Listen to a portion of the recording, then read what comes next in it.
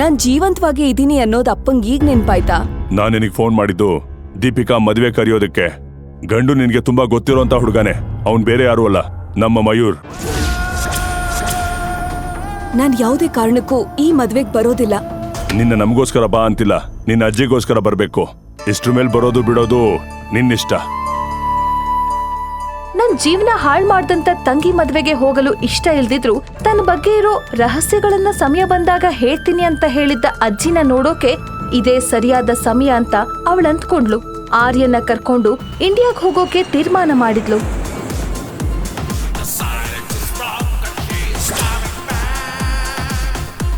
ಅಮ್ಮ, ನಾನು ವಾಶ್ರೂಮ್ಗೆ ಹೋಗ್ಬೇಕು. ನಾನ್ ಹೇಳೋದನ್ನ ಸರಿಯಾಗಿ ಕೇಳಿಸ್ಕೊ. ಬೇಕಿದ್ರೆ ಅವ್ನ್ ಕೇಸ್ ಹಾಕೊಳ್ಳಿ. ಈ ಸಾಮ್ರಾಜ್ಯನ ಎಷ್ಟು ಕಷ್ಟಪಟ್ಟು ಕಟ್ಟಿದ್ದೀನಿ ಅಂತ ನಂಗೆ ಗೊತ್ತು. ಅವ್ನ್ ನನ್ನ ಟಚ್ ಮಾಡ್ದ ಅಂದ್ರೆ ನಾನ್ ಯಾರು ಅಂತ ತೋರಿಸ್ಬೇಕಾಗತ್ತೆ.